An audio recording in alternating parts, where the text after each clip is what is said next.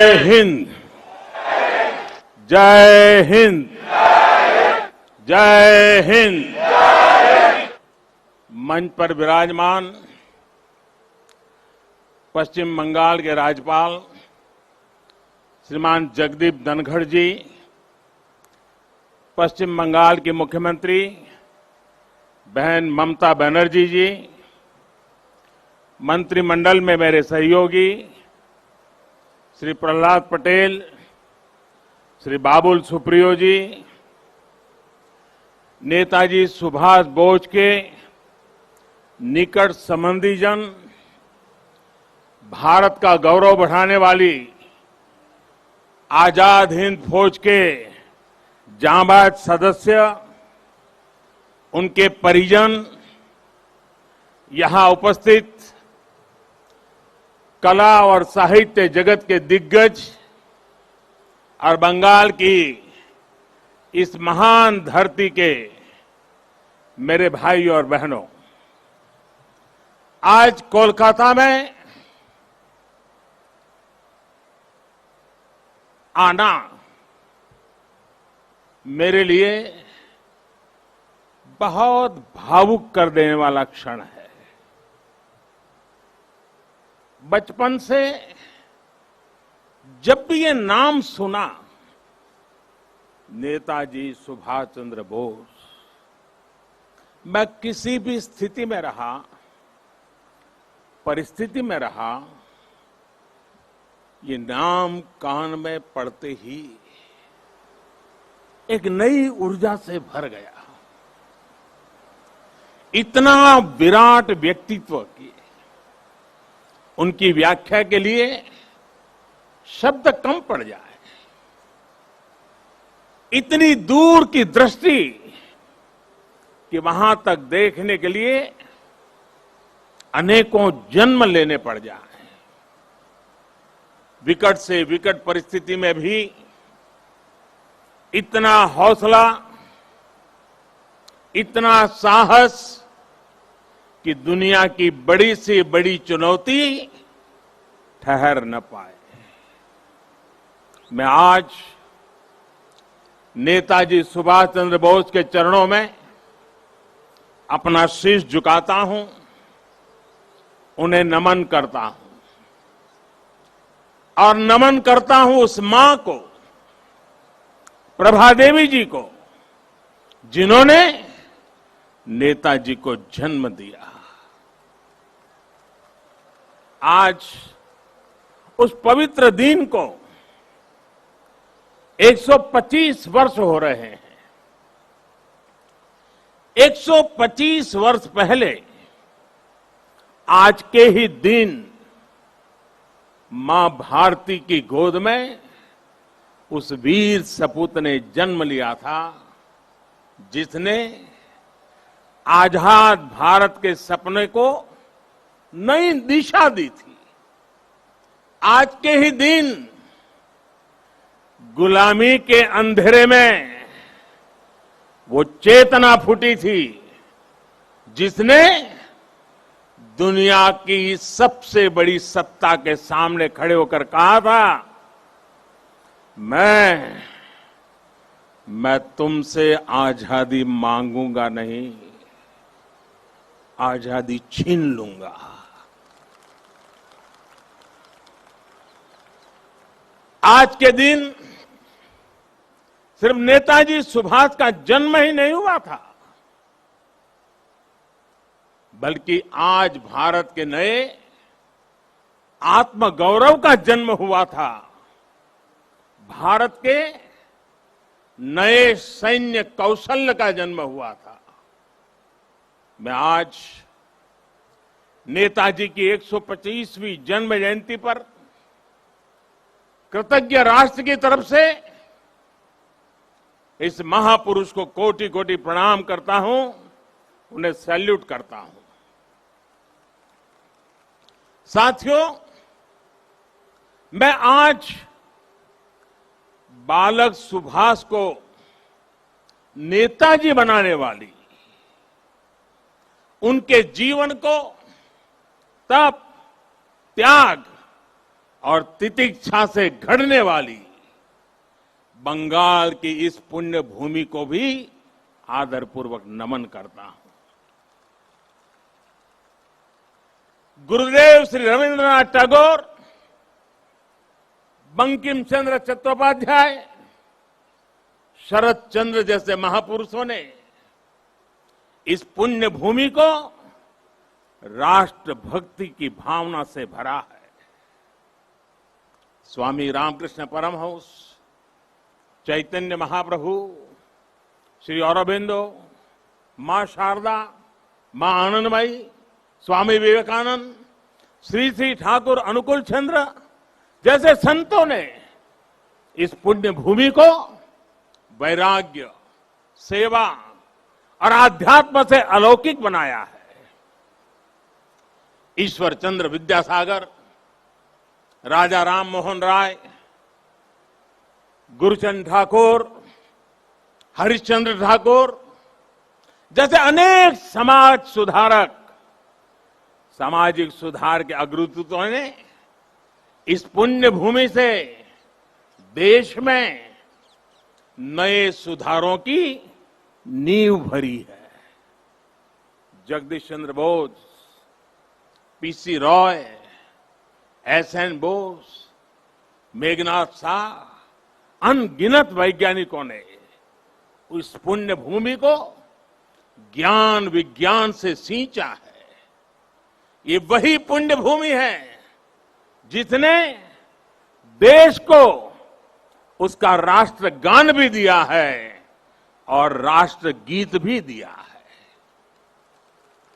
इसी भूमि ने हमें देशबंधु चित्तरंजन दास, डॉक्टर श्यामा प्रसाद मुखर्जी और हम सभी के प्रिय भारत रत्न प्रणब मुखर्जी से साक्षात्कार कराया है। मैं इस भूमि के ऐसे लाखों लाख महान व्यक्तित्वों के चरणों में भी आज इस पवित्र दिन पर प्रणाम करता हूं। साथियों, यहां से पहले मैं भी नेशनल लाइब्रेरी गया था, जहां नेताजी की विरासत पर एक इंटरनेशनल कॉन्फ्रेंस और आर्टिस्ट कैंप का आयोजन हो रहा है। मैंने अनुभव किया, नेताजी का नाम सुनते ही हर कोई कितनी ऊर्जा से भर जाता है। नेताजी के जीवन की ऊर्जा जैसे उनके अंतर मन से जुड़ गई है। उनकी यही ऊर्जा, यही आदर्श, उनकी तपस्या, उनका त्याग देश के हर युवा के लिए बहुत बड़ी प्रेरणा है। आज जब भारत नेताजी की प्रेरणा से आगे बढ़ रहा है, तो हम सबका कर्तव्य है कि उनके योगदान को बार बार याद किया जाए, पीढ़ी दर पीढ़ी याद किया जाए। इसलिए देश ने तय किया है कि नेताजी की 125वीं जयंती के वर्ष को ऐतिहासिक, अभूतपूर्व भव्यता भरे आयोजनों के साथ मनाए।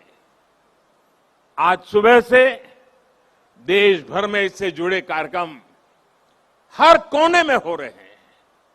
आज इसी क्रम में नेताजी की स्मृति में एक स्मारक सिक्का और डाक टिकट जारी किया गया है।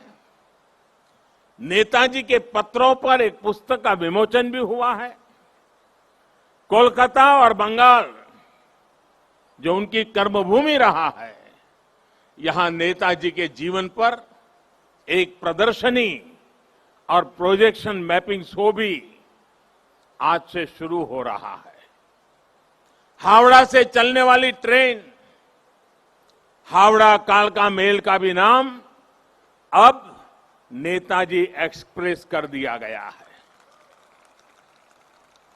देश ने यह भी तय किया है कि अब हर साल हम नेताजी की जयंती यानी 23 जनवरी को पराक्रम दिवस के रूप में मनाया करेंगे। हमारे नेताजी भारत के पराक्रम की प्रतिमूर्ति भी है और प्रेरणा भी है। आज जब इस वर्ष देश अपनी आजादी के 75 वर्ष में प्रवेश करने वाला है, जब देश आत्मनिर्भर भारत के संकल्प के साथ आगे बढ़ रहा है, तब नेताजी का जीवन, उनका हर कार्य, उनका हर फैसला हम सभी के लिए बहुत बड़ी प्रेरणा है। उनके जैसे फौलादी इरादों वाले व्यक्तित्व के लिए असंभव कुछ भी नहीं था। उन्होंने विदेश में जाकर देश से बाहर रहने वाले भारतीयों की चेतना को झकझोरा। उन्होंने आजादी के लिए आजाद हिंद फौज को मजबूत किया। उन्होंने पूरे देश से हर जाति, पंथ, हर क्षेत्र के लोगों को देश का सैनिक बनाया।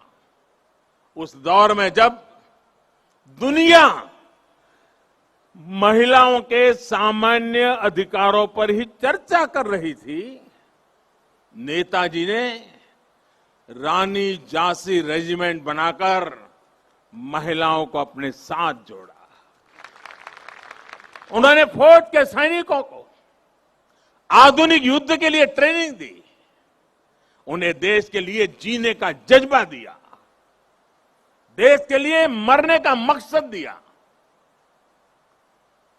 नेताजी ने कहा था, भारत डाक से रोकटो डाक दिए छे रोकतो के ओठो दांडाओ आमोदेर नोस्टो करार मतो सोमोय नोय।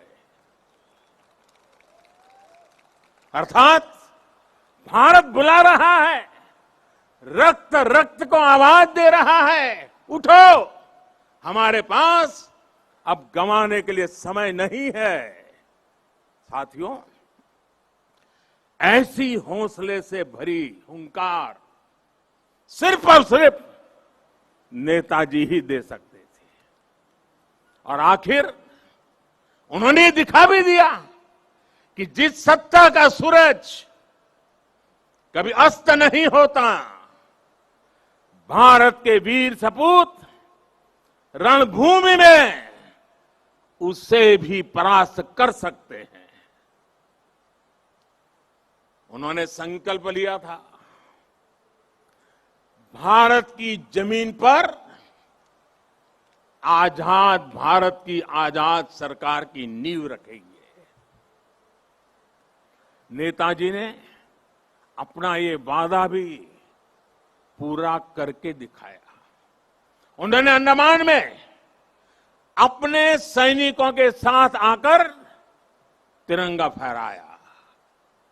जिस जगह अंग्रेज देश के स्वतंत्रता सेनानियों को यातनाएं देते थे, काला पानी की सजा देते थे, उस जगह जाकर उन्होंने सेनानियों को अपनी श्रद्धांजलि दी थी। वो सरकार अखंड भारत की पहली आजाद सरकार थी। नेताजी अखंड भारत की आजाद हिंद सरकार के पहले मुखिया थे। और ये मेरा सौभाग्य है कि आजादी की उस पहली झलक को सुरक्षित रखने के लिए 2018 में हमने अंडमान के उस द्वीप का नाम नेताजी सुभाष चंद्र बोस द्वीप रखा। देश की भावना को समझते हुए नेताजी से जुड़ी फाइलें भी हमारी सरकार ने सार्वजनिक की। ये हमारी ही सरकार का सौभाग्य रहा जो 26 जनवरी की परेड के दौरान आईएनए वेटरन्स परेड में शामिल हुए थे। आज यहां इस कार्यक्रम में आजाद हिंद फौज में रहे देश के वीर बेटे और बेटी भी उपस्थित है। मैं आपको फिर से प्रणाम करता हूं और कब प्रणाम करते हुए कहीं कहूंगा कि देश सदा सर्वदा आपका कृतज्ञ रहेगा, कृतज्ञ है और हमेशा रहेगा।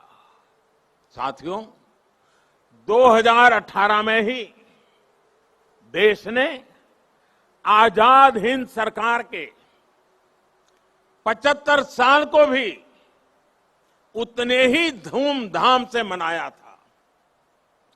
देश ने उसी साल सुभाष चंद्र बोस आपदा प्रबंधन पुरस्कार भी शुरू किए। नेताजी ने दिल्ली दूर नहीं का नारा देकर लाल किले पर झंडा फहराने का जो सपना देखा था, उनका वो सपना देश ने लाल किले पर झंडा फहराकर पूरा किया। भाई और बहनों, जब आजाद हिंद फौज की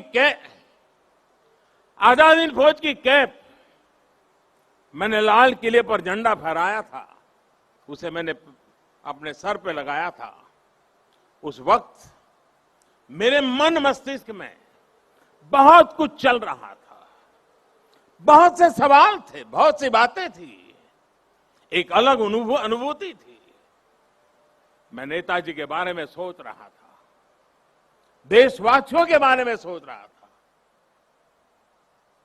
वो किसके लिए जीवन भर इतना रिस्क उठाते रहे?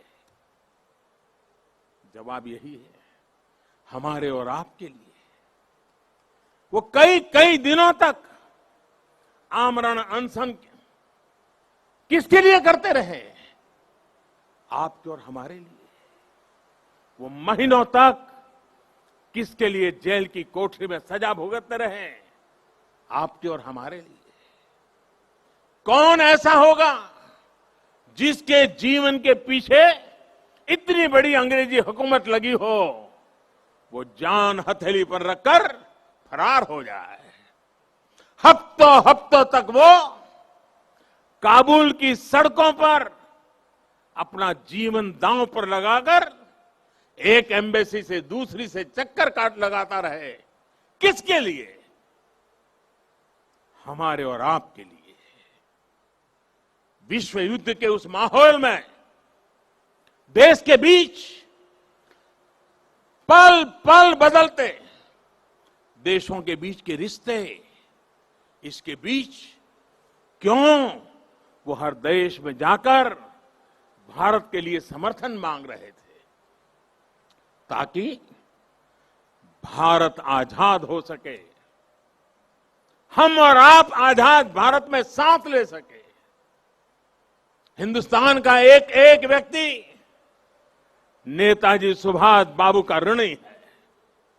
130 करोड़ से ज्यादा भारतीयों के शरीर में बहती रक्त की एक एक बूंद नेताजी सुभाष की ऋणी है। ये ऋण हम कैसे चुकाएंगे? ये ऋण क्या हम कभी चुका भी पाएंगे? साथियों, जब नेताजी सुभाष यहां कोलकाता में अपने 38/2 एल्गिन रोड के घर में कैद थे, जब उन्होंने भारत से निकलने का इरादा कर लिया था, तो उन्होंने अपने भतीजे शिशिर को बुलाकर कहा था, अमार एकता काज कोरते पारवेगा, अमार एकता काज कोरते पारवे, क्या मेरा एक काम कर सकते हो? इसके बाद शिशिर जी ने वो किया जो भारत की आजादी की सबसे बड़ी वजहों में से एक बना। नेताजी ये देख रहे थे कि विश्व युद्ध के माहौल में अंग्रेजी हुकूमत को अगर बाहर से चोट पहुंचाई जाए तो उसे दर्द सबसे ज्यादा होगा। वो भविष्य देख रहे थे कि जैसे जैसे विश्व युद्ध बढ़ेगा, वैसे वैसे अंग्रेजों की ताकत कम पड़ती जाएगी, भारत पर उनकी पकड़ कम पड़ती जाएगी। ये था उनका विजन। इतनी दूर देख रहे थे वो। मैं कहीं पढ़ रहा था कि इसी समय उन्होंने अपनी भतीजी इला को दक्षिणेश्वर मंदिर भी भेजा था कि मां का आशीर्वाद ले आओ। वो देश से तुरंत बाहर निकलना चाहते थे। देश के बाहर जो भारत समर्थक शक्तियां हैं उन्हें एकजुट करना चाहते थे। इसलिए उन्होंने युवा शिशिर से कहा था, अमार एकता काज कोरते पारबे, क्या मेरा एक काम कर सकते हो। साथियों, आज हर भारतीय अपने दिल पर हाथ रखे, नेताजी सुभाष बाबू को महसूस करे तो उसे फिर से ये सवाल सुनाई देगा, अमार एकता काज कोरते पारबे, क्या मेरा एक काम कर सकते हो। ये काम, ये काज, ये लक्ष्य आज भारत को आत्मनिर्भर बनाने का है। देश का जन जन, देश का हर क्षेत्र, देश का हर व्यक्ति इससे जुड़ा है।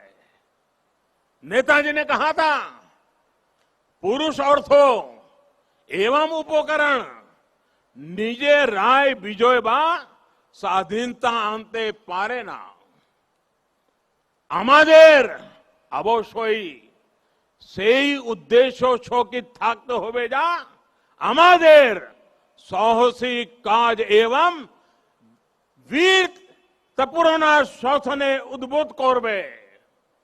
यानी हमारे पास वो उद्देश्य और शक्ति होनी चाहिए जो हमें साहस और वीरतापूर्ण तरीके से शासन करने के लिए प्रेरित करे।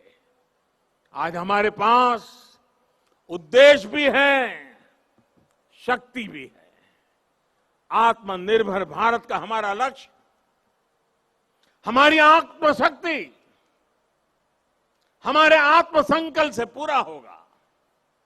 नेताजी ने कहा था, आज आमादेर केवल एक इच्छा था का उचित, भारत इच्छुक जाते भारत बांटते पारे।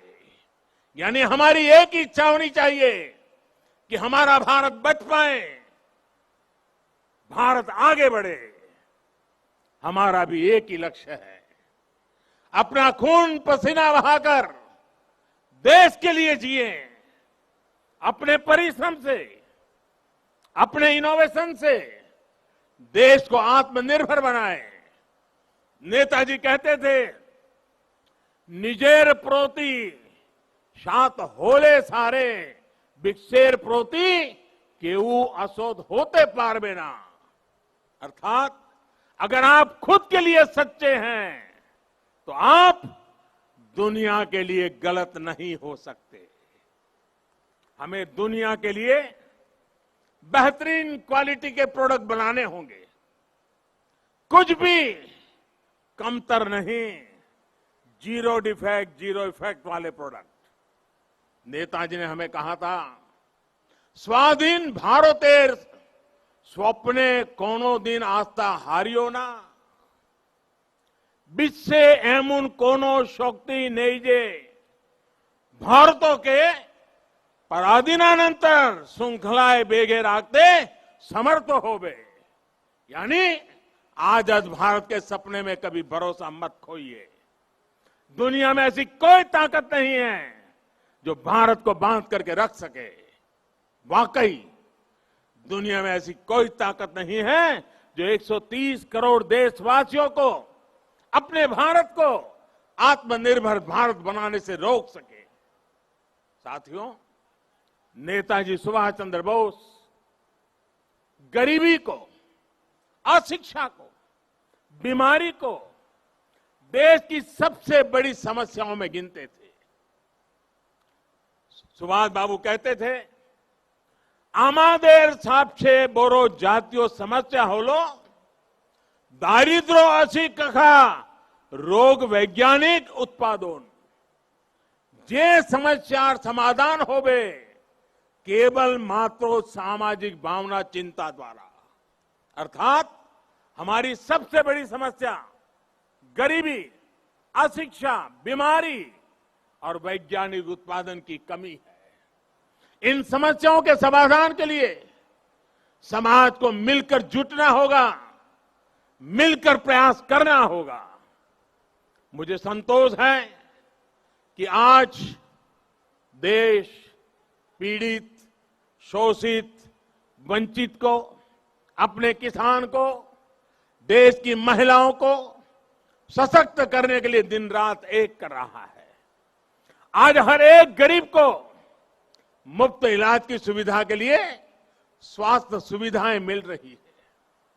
देश के किसानों को बीज से बाजार तक आधुनिक सुविधाएं दी जा रही हैं। खेती पर होने वाला उनका खर्च कम करने का प्रयास किया जा रहा है। हर एक युवा को आधुनिक और गुणवत्तापूर्ण शिक्षा मिले, इसके लिए देश के एजुकेशन इंफ्रास्ट्रक्चर को आधुनिक बनाया जा रहा है। बड़ी संख्या में देश भारत में एम्स, आईआईटीज और आईआईएम्स जैसे बड़े संस्थान खोले गए हैं। आज देश 21वीं सदी की जरूरतों के हिसाब से नई राष्ट्रीय शिक्षा नीति भी लागू कर रहा है। साथियों, मैं कई बार सोचता हूं कि आज देश में जो बदलाव हो रहे हैं, जो नया भारत आकार ले रहा है, उसे देख नेताजी को कितनी संतुष्टि मिलती है। उन्हें कैसा लगता जब वो दुनिया की सबसे आधुनिक टेक्नोलॉजीज में अपने देश को आत्मनिर्भर बनता देखते। उन्हें कैसा लगता जब वो पूरी दुनिया की बड़ी बड़ी कंपनियों में, शिक्षा में, मेडिकल सेक्टर में भारतीयों का डंका बजते देखते। आज राफेल जैसे आधुनिक विमान भी भारत की सेना के पास हैं और तेजस जैसे अत्याधुनिक विमान भारत खुद भी बना रहा है।